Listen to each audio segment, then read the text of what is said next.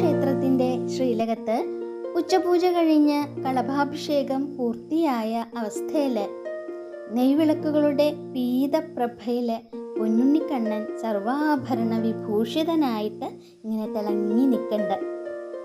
തടിച്ചുരുണ്ട് ഏകദേശം 2.5 വയസ്സ് പ്രായം തോന്നിക്കുന്ന ഒരു മിടുമിടുക്കനായിട്ടുള്ള ഒരു ഉണ്ണിക്കുട്ടനായിട്ടാണ് ഭഗവാൻ ഇന്ന് ദർശനം നൽകുന്നത്. കണ്ടാലും മതി വരാത്ത അത്ര കൗതുകമുള്ള തങ്കക്കുടാണ് നമ്മുടെ പൊന്നുണ്ണിക്കണ്ണൻ ഇന്ന്. ഭഗവാന്റെ ഈ രൂപം എന്ന് പറയുന്നത് പ്രപഞ്ചത്തിൻ്റെ പൂർണ്ണതയെ സൂചിപ്പിക്കുന്നതാണ്. ഇത് ഭക്തരില് വാത്സല്യഭാവമാണ് ഉണർത്തുന്നത്. നെയ്വിളക്കിൻ്റെ തെളിച്ചത്തിൽ ആഭരണങ്ങൾ തിളങ്ങുന്നുണ്ട്.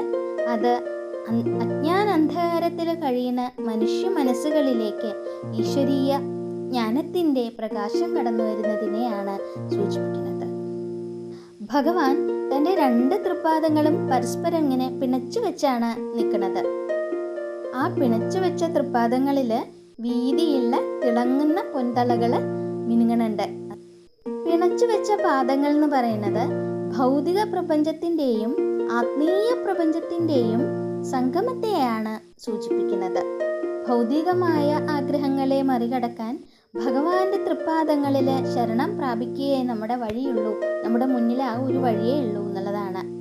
ആ തൃപ്പാദങ്ങൾ മുറുകെ പിടിക്കുന്ന ഭക്തന് സംസാര സാഗരം, അതായത് ജനന മരണ ചക്രമാകുന്ന സംസാര സാഗരം കടക്കാൻ ഈസിയാണ്, കടക്കാൻ എളുപ്പമാണ് എന്നുള്ളതാണ്.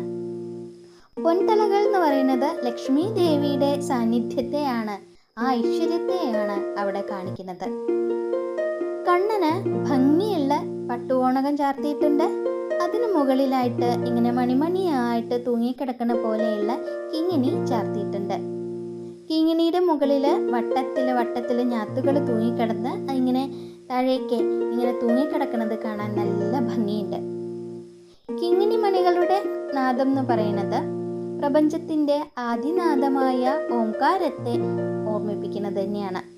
ഭഗവാന്റെ ഓരോ ചലനത്തിലും ആ ഉദിരണനാദമുണ്ടല്ലോ, അത് ഭക്തന്റെ ഹൃദയത്തിലെ തമസ്സിനെ മാറ്റി ഭക്തി ഉണർത്താനുള്ളതാണ്. ഭഗവാൻ പട്ടുകോണം ചുറ്റിയിട്ടുണ്ട് എന്ന് പറഞ്ഞല്ലോ, അത് പരമമായ പവിത്രതയെയും നിർമ്മലതയുമാണ് കാണിക്കുന്നത്. ഇനി ഉണ്ണിക്കണ്ണന്റെ കണ്ഠത്തിൽ നോക്കി നോക്കൂ. കഴുത്തിനോട് ചേർന്ന് ഇങ്ങനെ വളയം പോലെയുള്ള മാലകൾ ചാർത്തിയിരിക്കണം. കഴുത്തിൽ ഇങ്ങനെ നടുവിലായിട്ട് വലിയ ഒരു പതക്കമുണ്ട്. പിന്നെ മണികൾ കോർത്ത പോലെയുള്ള മനോഹരമായിട്ടുള്ള വേറൊരു പതക്കമാലയും കൂടി ശോഭിക്കുന്നുണ്ട്. കൂടാതെ കൈകളിൽ കൈവളകളുണ്ട്, തോൾവളകളുണ്ട്. എല്ലാം ഇങ്ങനെ തിളങ്ങി നിൽക്കുകയാണ് ഭഗവാന്. ഭഗവാന്റെ ഹൃദയത്തോട് ചേർന്ന് നിൽക്കുന്ന പതക്കം കൗസ്തുഭ മണിയുടെ പ്രതീകമാണ്. ഇത് പ്രപഞ്ചത്തിൻ്റെ ചൈതന്യത്തെ ഉൾക്കൊള്ളുന്നതാണ്. തോൾവളകൾ ഭഗവാന്റെ അളവറ്റ ശക്തിയെയാണ് നമുക്ക് കാണിച്ചു തരുന്നത്. പ്രപഞ്ചത്തെ മുഴുവൻ സംരക്ഷിക്കുന്ന കാരുണ്യ ഹസ്തങ്ങളെയാണ് നമുക്കത് കാണിച്ചു തരുന്നത്. ഭഗവാന്റെ ചെവികളിൽ ചെവിപ്പൂക്കൾ തിളങ്ങുന്നുണ്ട്. നെറ്റിയിൽ സ്വർണ്ണഗോപി ചാർത്തിയിട്ടുണ്ട്. പിന്നെയോ കണ്ണൻ ഇങ്ങനെ 2 സുന്ദരമായ കൈകൾ കൊണ്ട് പൊന്നോടക്കുഴൽ ഇങ്ങനെ ചുണ്ടോട് ചേർത്ത് വെച്ചിരിക്കുകയാണ്, ഇങ്ങനെ അടുപ്പിച്ച് വെച്ചിരിക്കുന്നു. ആ ചുണ്ടുകളിൽ അതീവ മനോഹരമായ മന്ദഹാസം തൂകിക്കൊണ്ട് ഭഗവാൻ നിൽക്കുകയാണ്. വേണുഗാനം പൊഴിക്കാനുള്ള ഉണ്ണിയായിട്ടാണ് ഭഗവാൻ നിൽക്കുന്നത്. മുരളീധരനായിട്ടാണ് ഭഗവാൻ അകത്ത് വിളങ്ങുന്നത്. ഓടക്കുഴൽ എന്ന് പറയുന്നത് നമ്മുടെ ശരീരത്തിൻ്റെ ഒരു പ്രതീകമായിട്ടാണ്. ഉള്ളിലെ അഹംഭാവവും വികാര വിചാരങ്ങളും പൂർണ്ണമായി ഒഴിഞ്ഞു മാറി ശൂന്യമാകുന്ന ആ ഒരു മനസ്സിൽ അതിൽ ഭഗവാൻ ഭക്തിയുടെ ദിവ്യഗീതം മീട്ടും എന്നുള്ളതാണ്. നമ്മൾ ഓടക്കുഴലാണ്. നമ്മുടെ ഉള്ളിൽ ശൂന്യമാക്കുമ്പോൾ ഭഗവാൻ അതിലൂടെ സംഗീതം പൊഴിക്കും എന്നുള്ളതാണ്. ഭഗവാന്റെ മന്ദഹാസം ഭക്തന്റെ എല്ലാ ദുഃഖങ്ങളെയും അലിയിച്ചു കളയുന്ന കാരുണ്യത്തിൻ്റെ അമൃതധാരയാണ്. നെറ്റിയിലെ ഗോപി എന്ന് പറയുന്നത് ജ്ഞാനനേത്രത്തിൻ്റെ പ്രതീകം തന്നെയാണ്. കണ്ണൻ്റെ തിരുമുടിയിൽ പ്രൗഢഗംഭീരായിട്ട് പൊൻകിരീടം ചാർത്തിയിട്ടുണ്ട്. കിരീടത്തിന് മുകളിലായിട്ട് മാലകൾ ചാർത്തിയിരിക്കുന്നു. തിരുമുടി മാലകൾ 2 തിരുമുടി മാലകളാണ് ചാർത്തിയിട്ടുള്ളത്. ഒന്ന് നന്ദ്യാർവട്ട പൂക്കളും തെച്ചിയും കൂടി ചേർത്തിട്ടുണ്ടാക്കിയിട്ടുള്ള പൂവാണ്, മാലയാണ്.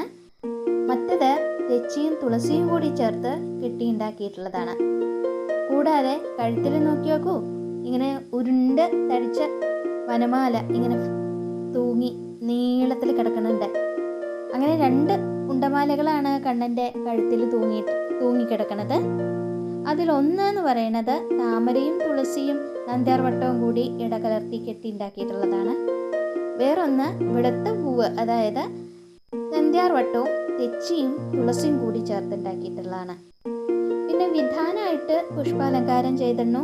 വിധാനമായിട്ട് മുകളിൽ ഇങ്ങനെ തെച്ചി, തുളസി, താമര എന്നിവ കൊണ്ട് നിർമ്മിച്ചിട്ടുള്ള 5-6 ഉണ്ടമാലകളാണ് തൂക്കിയിട്ടിട്ടുള്ളത്. എപ്പോഴും ഈ വെളുത്ത പൂക്കൾ എന്ന് പറയുന്നത് ശുദ്ധ സത്വഗുണത്തെയാണ് പ്രതിനിധാനം ചെയ്യുന്നത്.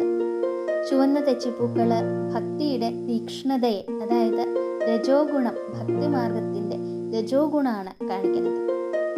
തുളസി എന്ന് പറയുന്നത് പ്രകൃതിയുടെയും സമർപ്പണത്തിൻ്റെയും ഭാവമാണ് കാണിക്കുന്നത്.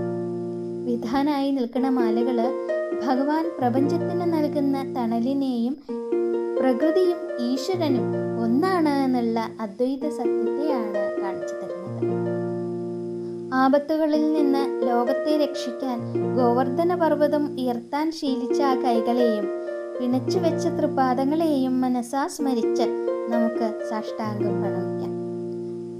ഭക്തർക്കായിട്ട് കരുണയോടെ പുഞ്ചിരിച്ചു നിൽക്കുന്ന ആ തിരുമുഖം മനസ്സിൽ ധ്യാനിച്ചിട്ട് നമുക്ക് എല്ലാവർക്കും ഒരുമിച്ച് ഉറക്കെ നാമം ജപിക്കാം.